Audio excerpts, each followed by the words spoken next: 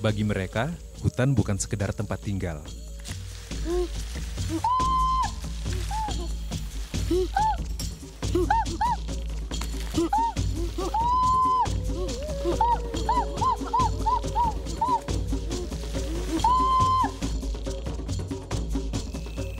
Aliran sungai, barisan pepohonan, dan semesta alam menjadi bagian kehidupan.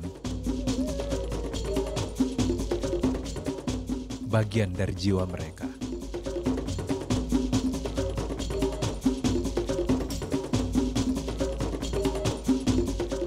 Merekalah orang-orang rimba.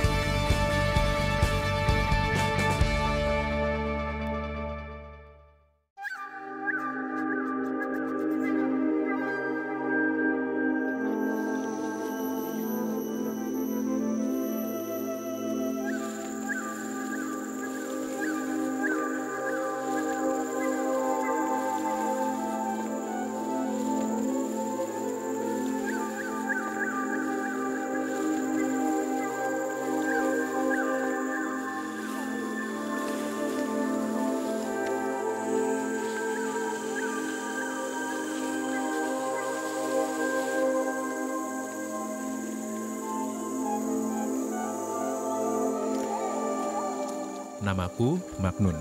Bersama rekanku Koko, aku mengabdi sebagai fasilitator pendidikan atau guru bagi orang rimba. Orang rimba adalah komunitas adat asli yang mendiami wilayah Taman Nasional Bukit 12, Jambi. Lebih dari 1.000 orang anggota masyarakatnya hidup dalam hutan dan tersebar dalam kelompok-kelompok kecil.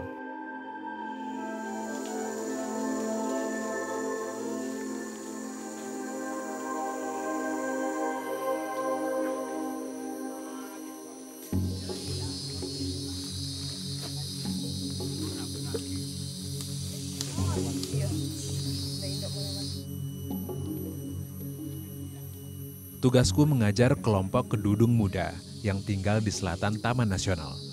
Untuk menuju ke sana, kami harus menempuh perjalanan selama 2 jam melalui 2 bukit, yaitu Bukit Penonton dan Bukit Penggili dari desa terdekat. Ya, ini pondok belajar kami, pusat pendidikan anak-anak rimba. Ada beberapa kelompok yang ikut di sini. Misalnya kami datang, itu kelompok misalnya dari Sangkraya, ada yang dari Desa Buluh. Ini anak-anak yang ikut belajar di sini, mereka ngumpul di sini. Jadi ini tempat kami berkegiatan, tempat belajar. Mereka bebas bereksplorasi di sini. Pendidikan bagi anak rimba telah dirintis sejak 1998 oleh Kelompok Konservasi Indonesia, Warsi. Terdapat 14 guru yang bergantian hadir dan tinggal bersama orang rimba. Kondisi mereka yang semakin terpinggirkan menjadi alasan kami melakukan ini. Memberi bekal agar orang rimba bisa bertahan hidup di tengah gempuran kemajuan zaman yang mengancam hutan tempat mereka tinggal. Kalau di lapangan itu emang banyak masukan input buat saya gitu. Pengalamannya itu yang saya cari. Selain itu juga mereka di sini, anak rimba yang di rimba ini, mereka punya hak yang sama anak-anak luar itu.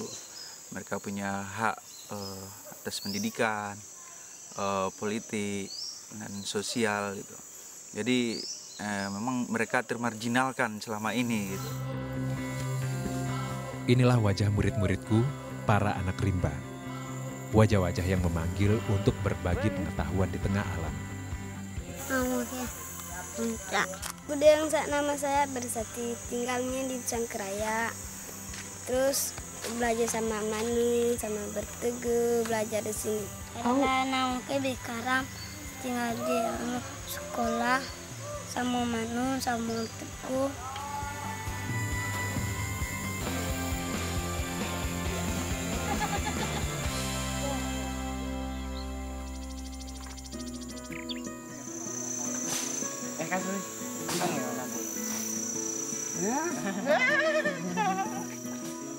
Orang rimba hidup dengan berburu dan meramu sumber daya yang ada di alam.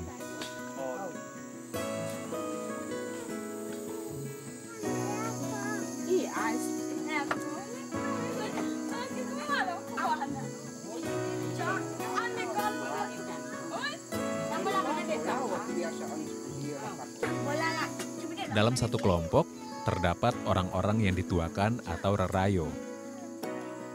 Salah satunya Mangku Basemen. Ia dan rerayo lain menjadi pengawal tradisi nenek moyang. Seperti melindungi perempuan rimba dan menjunjung tinggi kehormatan mereka.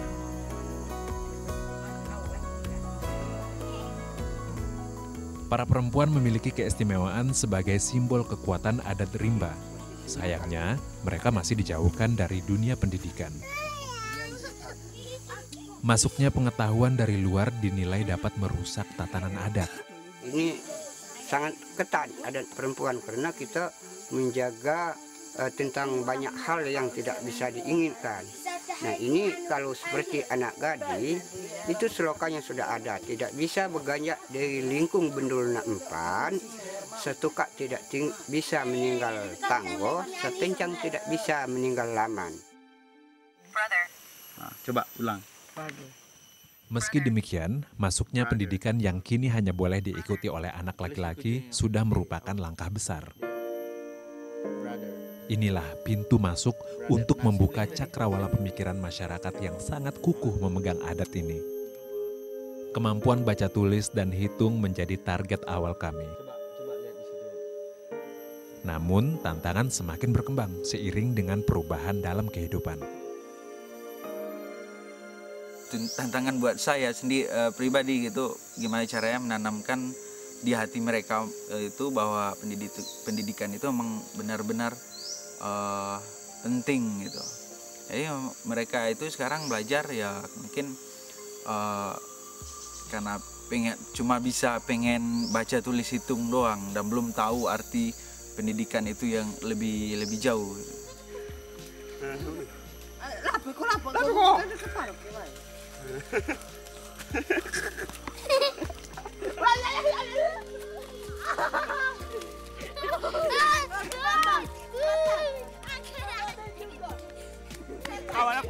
Sulpannya patu ahok.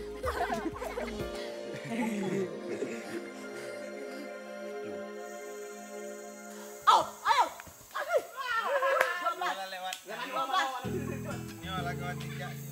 12. Berapa? Sekolah kami berbeda dengan sekolah formal. Tidak ada waktu dan tempat khusus untuk belajar. Kami juga jauh dari media hiburan atau akses listrik. Olahraga takraw dan sepak bola inilah yang menjadi hiburan kami. Permainan yang membuat anak-anak bertahan di dalam rimba. Karena kami punya masalah besar menurut kami pas pertama kami kesini. Karena di luar itu ada kantor. Nah, kantor itu cukup lengkap fasilitas di situ. Jadi mereka lebih milih di luar daripada di dalam. Jadi ya salah satu solusi kami pikir buat permainan di dalam kayak olahraga takraw dan bola itu dan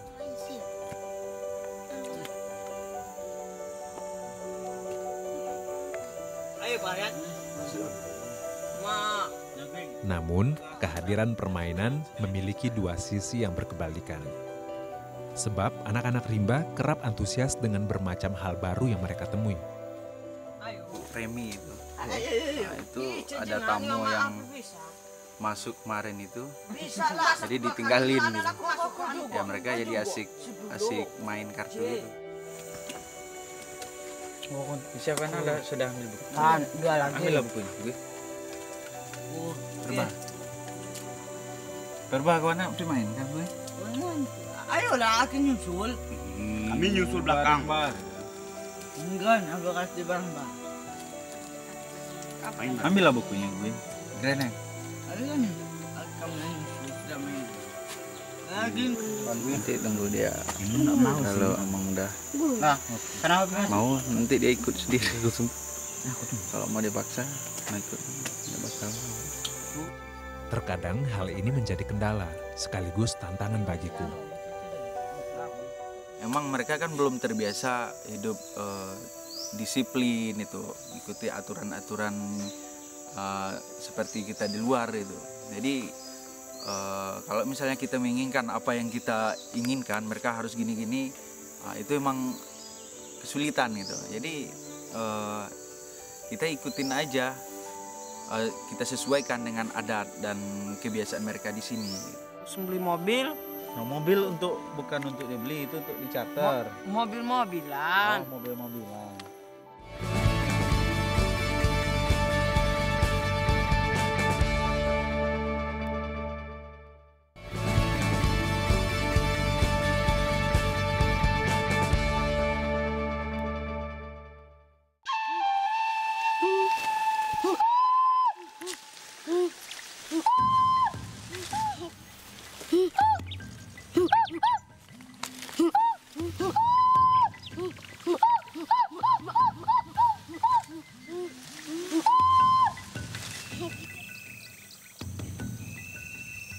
Hutan merupakan taman bermain bagi anak-anak rimba.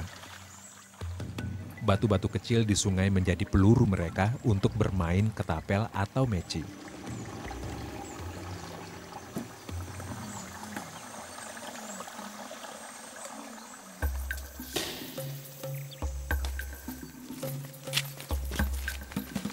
Anak-anakku biasa memainkan ini untuk mencari burung atau hewan lain yang berukuran kecil. Kegiatan inilah yang rutin kami lakukan setiap pagi.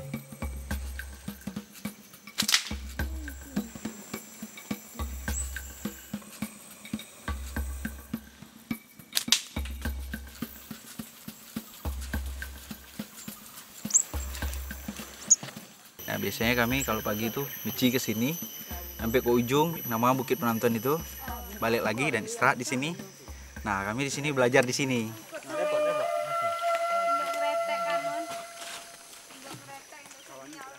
Jumlah anak rimba yang mengikuti pelajaran di Kedudung Muda tak selalu sama.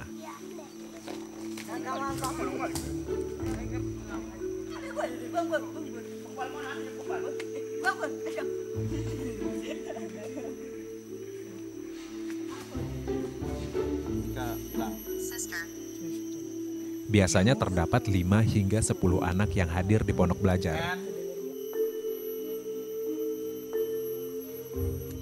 Sementara bagi sebagian remaja rimba, kehidupan luar mulai menarik minat mereka. Bung, bahasa Inggris lagi. Pentingnya pendidikan itu mereka belum begitu paham. Gitu. Ya, dia tujuan mereka yang sekarang ini belajar, kuliah, nanti kerja, udah dapat penghasilan, dia mau nikah sama orang luar gitu. Coba. N. U itu huruf apa? U. Bermain adalah salah satu caraku mendekatkan diri dengan bocah-bocah hutan ini. Sudah N. Nah, bukan U itu U, Bay. U. Sedangkan untuk menarik minat mereka belajar, aku memanfaatkan teknologi. Nah, biasanya kami kan ikilah kegiatan yang atraktif gitu kan. Saya biasanya lakuin apa yang mereka belum pernah lihat gitu. Nah, biasanya itu kalau kita lakukan hal yang seperti itu, kadang memancing inisiasi mereka. Oh, ini untuk apa gitu? Ini untuk apa gitu? Brother. Nah, coba ulang. Brother. Brother. Brother. Nah, tulis di ujungnya bacaan yang pamano di sio. Enggak, no. Brother apa nih yo? Brother. Ika kurung. Tutup lagi kurung. Brother. Nah, sibling tadi, sibling. Apa? Nah, buat lagi nang di atas, sibling. Siblingnya bacaannya sama tulisannya. Ada apa lagi di keluarga? Selain ayah, bapak, induk, dulur, bibi, mamo. Berarti bahasa Indonesianya? Paman. Tulis Aku bahasa menggunakan Indonesia. bahasa rimba dan bahasa Indonesia sebagai pengantar belajar. Uncle. Ankle. Uncle. Lebih kuat. Uncle. Ankle. Ankle itu apa? Bahasa mamo. Bahasa Rimba mamo, bahasa Indonesia paman. Kurang gue Agar mereka terbiasa dengan bahasa nasional tanpa meninggalkan bahasa ibunya. Biar tentu. Nah. Panyo. Ibung itu apa? Bibi. Mama. Paman. Bahasa Indonesia bibi. Ibungnya itu betina. Tahu. Tulis gue. Cowok lah kan nguling. Bibi, berarti bibi bahasa Indonesianya. Bibi. Jadi mereka kan banyak yang nggak paham bahasa Indonesia. Jadi bahasa Indonesia awal dan diikuti dengan bahasa rimba. Nah itu juga karena nanti di ujian kan nggak ada bahasa rimba soalnya. Jadi mereka harus paham bahasa Indonesia. Paman. Selain belajar di hutan, sebagian anak didikku mengikuti kelas jauh di SMP Desa Transmigran. C. Perbedaan cara belajar membuat mereka harus mengejar ketinggalan, termasuk untuk bahasa Inggris. Bacanya, Bahasa Indonesia. pronounce-nya. Hah? Oh. Kalau kan itu kan bahasa pronounce itu cara bahasa, kan bahasa Inggris tuh tulisannya kan beda. Bacanya juga beda. Dan di SMP itu kan udah ada mata pelajaran bahasa Inggris. Dan mereka di SD itu kan sekolahnya nggak aktif, bisa dibilang kan nggak seperti reguler gitu tiap hari sekolah. Dan itu salah satu mereka bikin mereka nggak malu sekolah gitu. Kalau teman-teman lain udah bisa bahasa Inggris, udah bisa kosakatanya, kalau mereka sama sekali belum mengenal bahasa Inggris.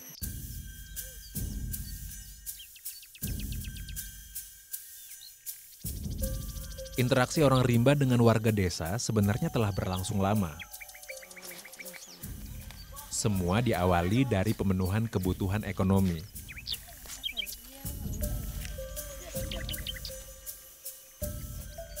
Seminggu sekali mereka keluar hutan untuk menjual hasil alam. Barang-barang diangkut menggunakan ambung atau keranjang rotan khas orang rimba.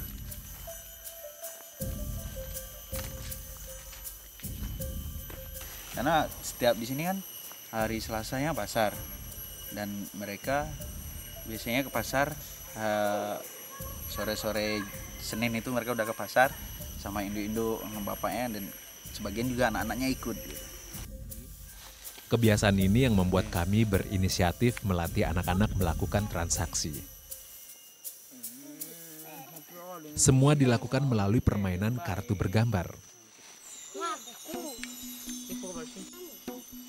Setiap kartu memiliki keterangan jenis barang beserta harganya.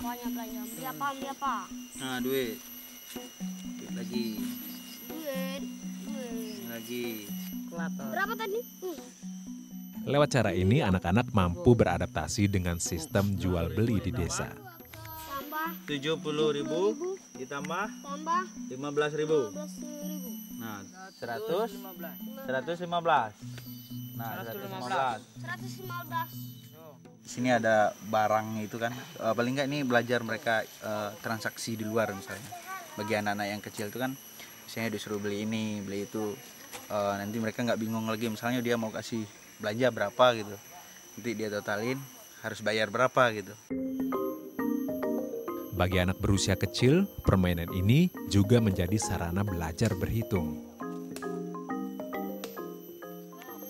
Ini 700. Ah, itu berapa? Coba berapa tuh? 10.000. 7.000. Lihat angkonya berapa? Iya. Tahu. Hitung dulu. 1, 2, 3, 4, 5. Nah, kalau 5 itu apa? Ratusan. 5. Kalau ratusan angkanya cuma 2. Oh, ribuan. Ribuan angkanya 3, nolnya 3. 10 ribuan. ribuan. 10 ribuan. Gimana bacanya? Ya. 70 ribu. Terus beli mobil. Tuh. Nah, mobil bukan untuk dibeli, itu untuk dicater. Mobil-mobilan. Oh, mobil-mobilan. Untuk permainan anak-anak. Mana anunya? Oke deh. Di masa lalu, transaksi jual beli kerap merugikan orang rimba. Penyebabnya karena keterbatasan pemahaman huruf dan angka.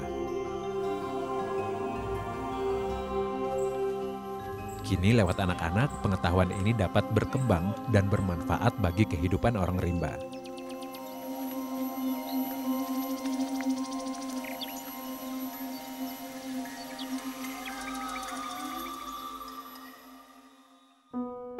Suatu hari, pengetahuan yang mereka miliki akan menjadi pelita, penerang di tengah belantara.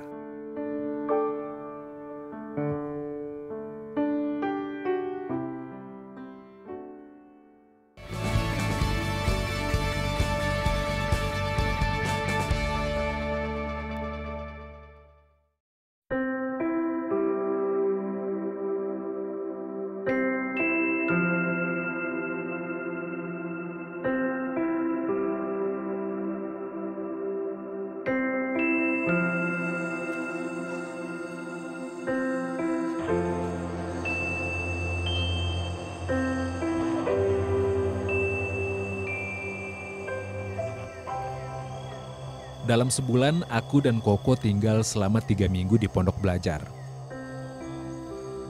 Anak-anak rimba juga ikut tinggal bersama kami. Pada saat itulah kami berperan sebagai orang tua sekaligus teman bagi mereka.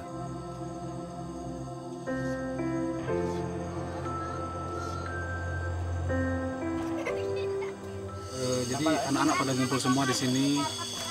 Jadi kan mau makan malam nih, jadi bagi-bagi tugas, ada yang masak nasi, ada yang masak untuk untuk lauknya seperti mie, sayur.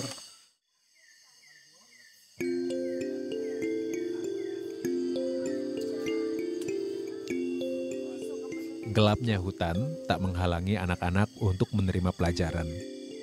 Di tengah persiapan makan malam, sebagian dari mereka mulai berusaha mengecap ilmu. Karena siang hari itu mereka lebih fokus pada kegiatan mereka masing-masing karena usianya masih usia bermain. Kalau malam memang lebih intens belajar pun juga lebih kondusif kalau malam. Nomor 1 benar, nomor 2 benar. Nomor 4 jawabannya juga benar. Nomor 5 juga. Kawan yang salah nomor 3. Coba kawan perbaiki lagi.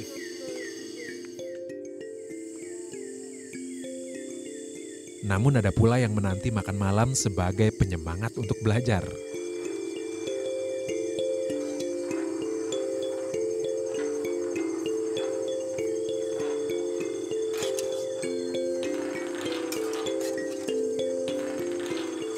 Kemetan.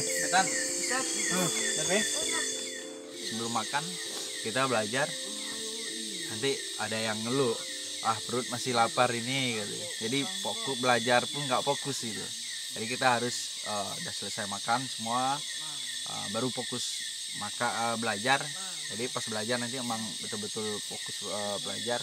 Jadi nggak ada yang bilang lapar atau apa gitu.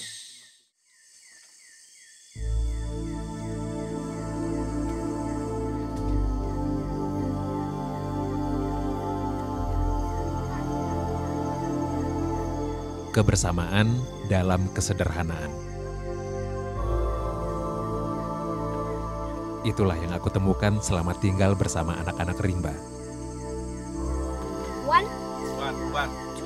Rasa kebersamaan ini pula yang membuatku harus siap kapanpun mereka ingin belajar.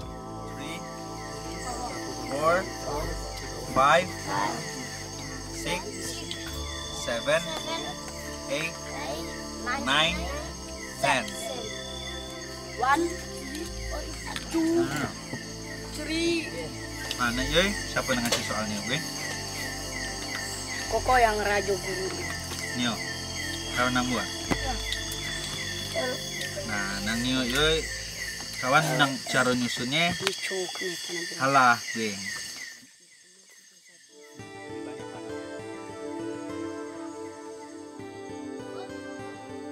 Begitu pula dengan Koko. Ia memiliki tugas utama sebagai pendamping masyarakat rimba. Baik antara orang rimba maupun dengan masyarakat desa. Namun ia juga ikut membantuku mengajari anak-anak.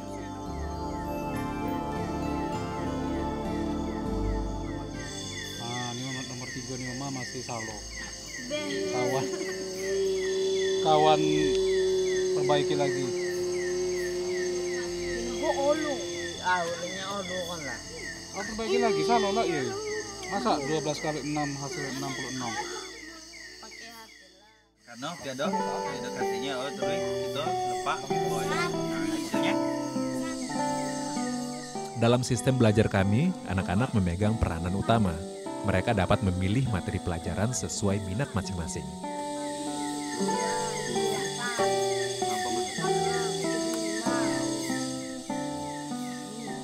Ya pokoknya pelajaran itu mereka yang nentuin gitu. Nggak bisa dipaksain. Nggak bisa dipaksain. Oh, kalau misalnya dia mau belajar matematika, oh enggak, kamu harus belajar nulis semalam ini.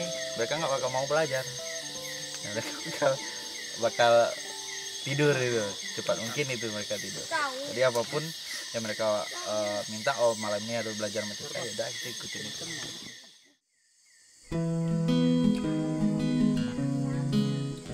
Untuk memudahkan pengajaran, kami mengelompokkan anak-anak sesuai pemahaman belajar mereka. Pengelompokan berdasar umur tidak kami lakukan, karena orang rimba tidak mengenal perhitungan usia seseorang. Sistem penanggalan Masehi tak berlaku di sini. Nanti kan kelompok-kelompok ini sudah kita kelompokkan di sini, materinya ini, misalnya yang khusus baca belajar huruf, kelompokkan di situ mereka saling bantu. Kalau yang lain nanti kalau yang udah agak lumayan bisa dikatakan udah bisa baca, udah bisa tulis, nanti mereka bantu ngajarin yang baru mengenal huruf sama angka tadi.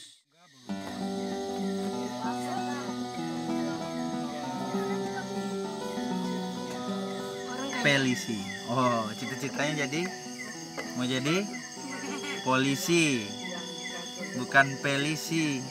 Jadi cita-citanya pengen jadi polisi. Nah, sekarang Bekaram. Nah, ini kan Besati mau jadi polisi. Sekarang polisi itu butuh huruf apa aja? Pertama huruf P. Nah, kita cari huruf P. Aku menyampaikan materi huruf dan membaca lewat media kartu. Unsur bermain dan belajar tergabung menjadi satu. Taruh di sini aja. P. Setelah P apa? Anak-anak yang baru mengikuti pelajaran dapat mulai mengenal bentuk huruf. Poli. Terus? Polisi. Setelah poli, huruf apa lagi? Supaya bisa bacaannya jadi polisi. Sementara anak yang lebih dewasa mulai berlatih membaca. Sudah. Coba Besati, Eja. Polisi. Coba Besati Eja. P-O. Ayo dibaca. Terus? Polisi. L-I. Li. S-I. Terus? Polisi. Coba sama-sama baca. Ejanya sama-sama, ayo. P-O. Po. L-I. S-I. Si. Po. Polisi. 2 kali 3. 2 kali 3. Nomor 1. Berarti nomor 1. Kehidupan alami dan sederhana tak membatasi semangat anak rimba untuk meraih pendidikan.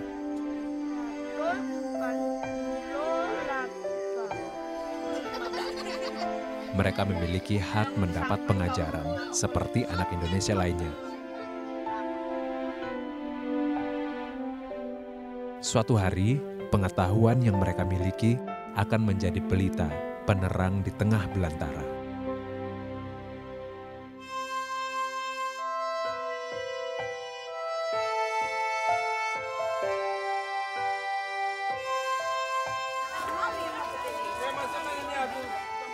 Uangnya belum ya?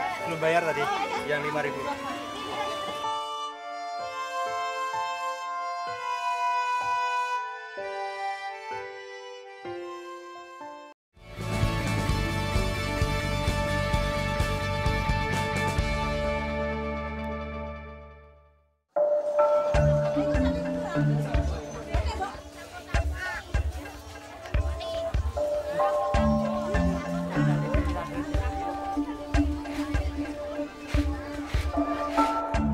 Kelompok Kedudung Muda tinggal bersisian dengan Satuan Pemukiman Transmigran di Kabupaten Sarolangun. Setiap minggu, orang rimba dan warga desa berinteraksi langsung di pasar. Mereka memenuhi kebutuhan yang tidak dapat diperoleh langsung dari hutan.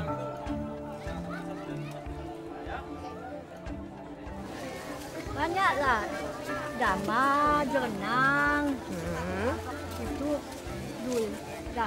Yo baru kan tiba takun, kalau lah sering masuk dia lagi takun lagi. Penampilan yang berbeda dengan orang luar membuat orang rimba kerap disebut kubu. Sebutan dari sebagian masyarakat Melayu yang menilai orang rimba sebagai suku terasing. Ya mereka sendiri kan nggak suka kalau dibilang kubu. Memang kalau kubu itu dikonotasikan memang yang jorok-jorok gitu, liar itu. Pada kenyataannya mereka nggak seperti itu. Selama saya di sini, saya perhatikan mereka sama sekali nggak sama seperti apa yang orang rimba, orang luar bilang gitu. Kini masyarakat memiliki pandangan masing-masing mengenai orang rimba. Uangnya belum ya? Belum bayar tadi, yang 5.000. Kurang juga, cuman kalau kita jualan tuh tiap hari Selasa kita langganan gitu. Paling-paling ya dari yang mau pembelinya kan, yang orang-orang kita jual apa yang lainnya lah, itu suruh dulukan dulu. Nah, yang itu didulukan dulu. Kita apa nanti aja nggak apa-apa, yang penting itu anak dalam dulu kan. Interaksi yang terjalin cukup lama membuat sebagian warga terbiasa melihat kehadiran orang rimba sebagai bagian dari masyarakat.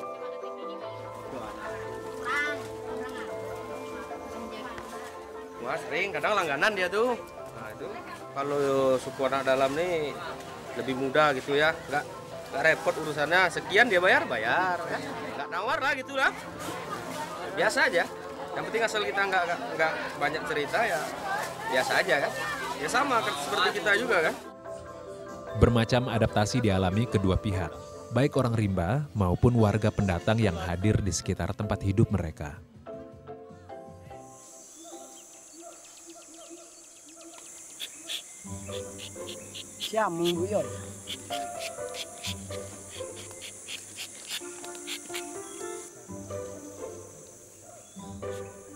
Penyesuaian dengan dunia luar juga terjadi di dalam hutan. Orang rimba mulai membuka ladang karet untuk mendapat penghasilan. Seperti yang dilakukan Mangku Basmen dan anaknya Beteguh.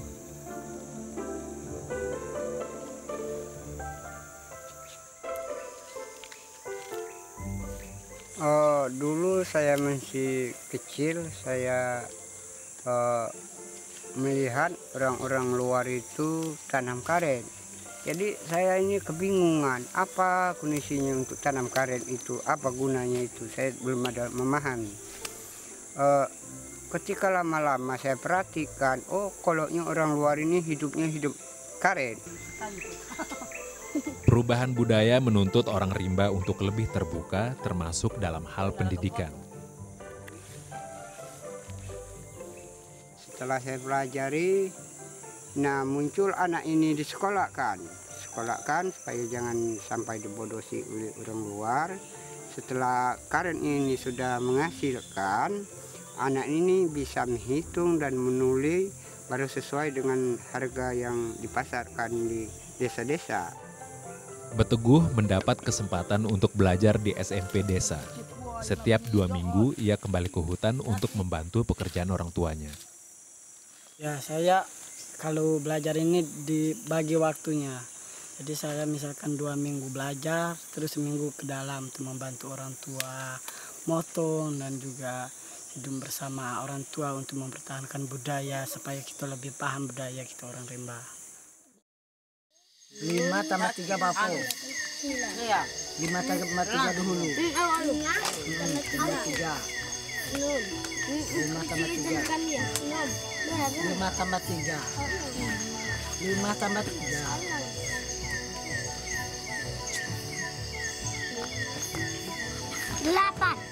8 tambah 1 yang disimpan 9. 9 ini 3 makanya 9 kali 3 berapa? Kali 3 angka 900.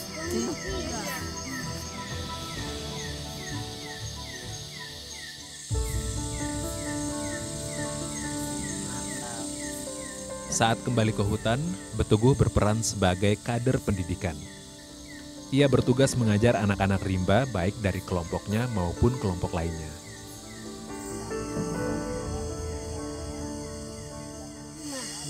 Anak-anak ini kan juga jauh-jauh mencar-mencar antar kelompok dengan kelompok lain itu kan jauh-jauh. Nah, misalnya setiap kelompok itu punya kader sendiri, misalnya di Mekekal misalnya kan, di situ ada kader pendidikan yang mereka bisa ngajar di situ, cukup terbantu. Kalau misalnya fasilitas pendidikan itu kan cuman terbatas itu. O, P, Q, R, S, T, S, T, U, O, P, Q, R, S, T. Sejak 2006, Beteguh mengikuti pendidikan alternatif bersama Warsi. Kini ia berganti peran menjadi guru bagi anak rimba yang lebih muda darinya. Peran kader pendidikan itu kayak Beteguh ngajar sama anak-anak ini kan. Kalau apalagi anak-anak yang masih baru itu kalau sama orang luar itu dia masih malu-malu. Kalau misalnya kelompok mereka sendiri yang ngajar, nah itu biasa aja, itu lebih cepat nangkap gitu belajar.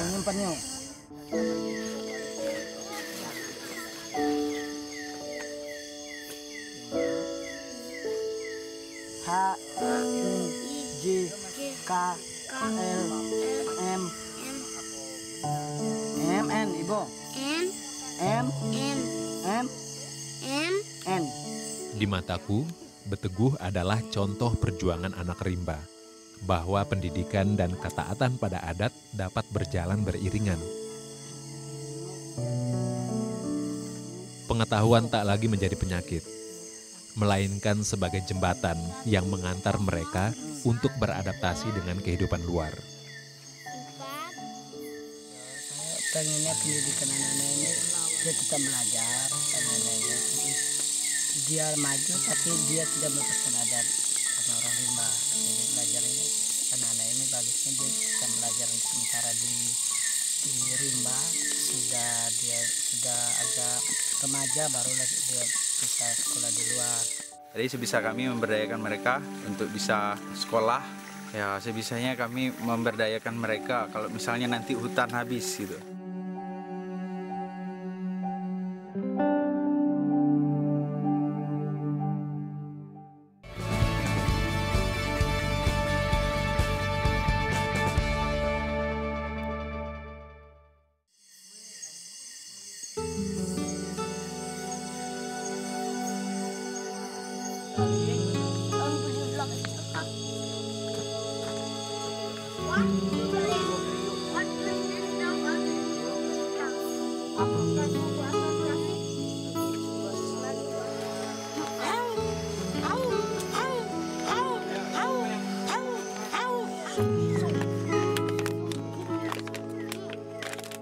Harimau, pemburu, sama Pak Tua.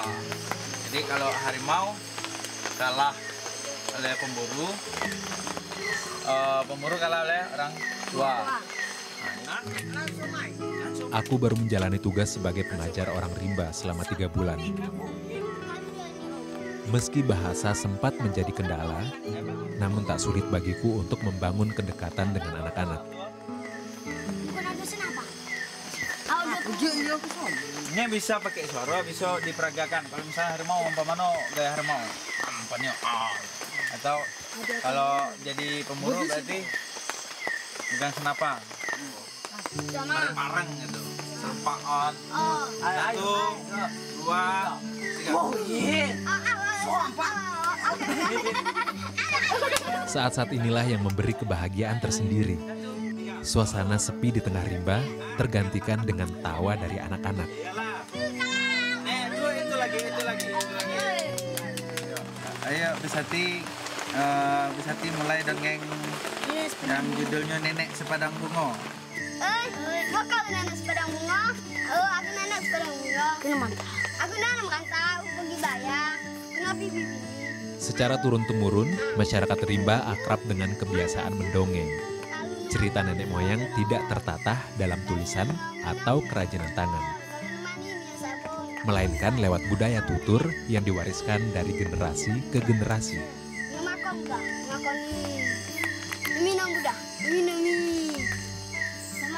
Cerita dongeng ini juga dinikmati teman fasilitatorku, Syasa. Maknanya terus aku mencari aku kemakonon, tapi ini putus asa. Bersama-sama kami memaknai dongeng dari anak-anak. Cerita yang biasanya berisi pedoman hidup dari orang tua mereka. Dongeng ini juga sebagai pengantar tidur dan penutup hari kami malam ini.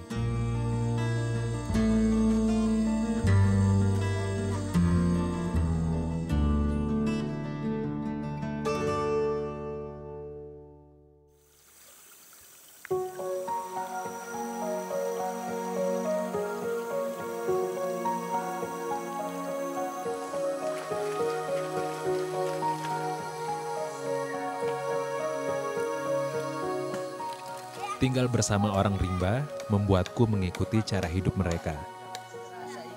Seperti mencari makanan untuk kebutuhan bersama. Memang makanan juga, kami kan bawa stok makanan, kadang cuma untuk berapa hari itu udah habis kan, karena banyak. Jadi untuk mencukupi, untuk menjelang keluar gitu, kami memang cari ikan kayak gini. Misalnya mancing, yang ngakop, atau bahasa rimbanya gitu.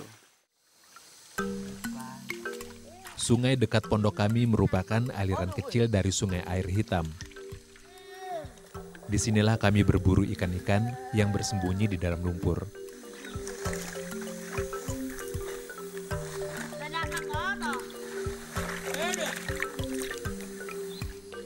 Tak seperti orang rimba, aku perlu usaha lebih untuk mendapatkan ikan. Ya, saya nggak pernah nangkap ikan kayak gitu kan. Jadi diajarin gitu. Pernah udah kepegang itu ikan ya, mau diambil itu lepas karena nggak tahu teorinya gitu. Kalau mereka itu kalau udah ketemu sama ikannya itu udah gampang dia mereka nangkap. Sementara bagi anak-anak ini adalah saat bermain dan kembali menikmati tempat hidup mereka.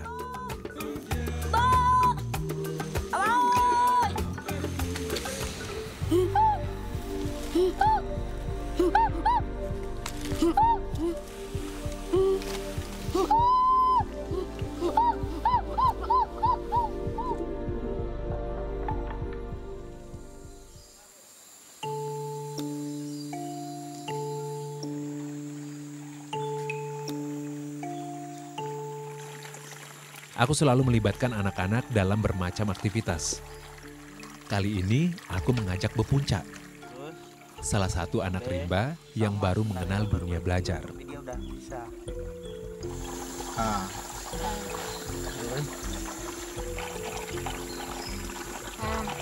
Terus B, terus C, terus D, terus Kalau misalnya giliran saya yang cuci piring, memang sengaja ajak berpuncak. Ya sambil cuci piring ya ngapalin secara lisan gitu. Kalau nanti udah bisa secara lisan, baru mengenalnya sama cara tulisan gitu. Belajar dapat di mana saja dan semua orang dapat menjadi guru. Bersama orang rimba, aku belajar mengenai pemanfaatan sungai. Bagi mereka, sungai memiliki peranan penting sebagai salah satu unsur kehidupan. Orang rimba membagi wilayah sungai untuk menjaga kelestariannya. Jadi pemandian itu sebelah iril pencibuan kalau. Jadi kalau untuk air bersih, air minum itu namanya untuk pencibuan itu agak ke hulu bahasa mereka itu. Kalau di sebelah hilir pemandian itu kan udah banyak kayak pencucian kita itu ada ya sisa-sisa nasi itu kan udah kotor gitu.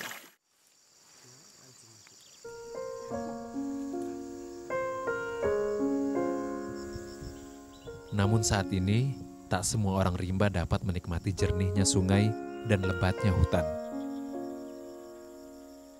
Seperti yang dialami orang rimba di kelompok Terap. Rimbunnya hutan telah berganti perkebunan karet. Sungai pun keruh karena berkurangnya pepohonan yang menahan guguran tanah. Kelompok Terap baru menerima kehadiran kami tahun 2008. Kini usaha mereka menerima pengetahuan berkejaran dengan tergerusnya hutan. Generasi muda rimba menjadi tumpuan untuk mempertahankan kehidupan mereka. Telurnya juga bisa. Dia biasanya makan biji-bijian. Jadi sebisa kami memberdayakan mereka untuk bisa sekolah, menempuh jenjang-jenjang pendidikan yang seperti halnya anak-anak luar itu.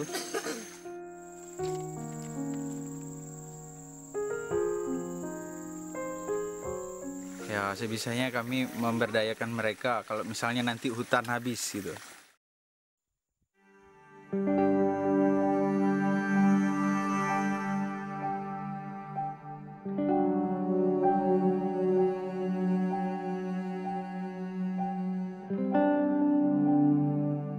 Kini, orang rimba menghadapi tantangan baru di tengah berputarnya roda perubahan.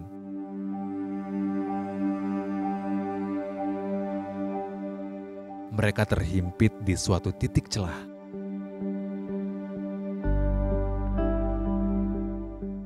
Antara dunia luar yang asing bagi mereka dan rimba yang tak lagi ramah.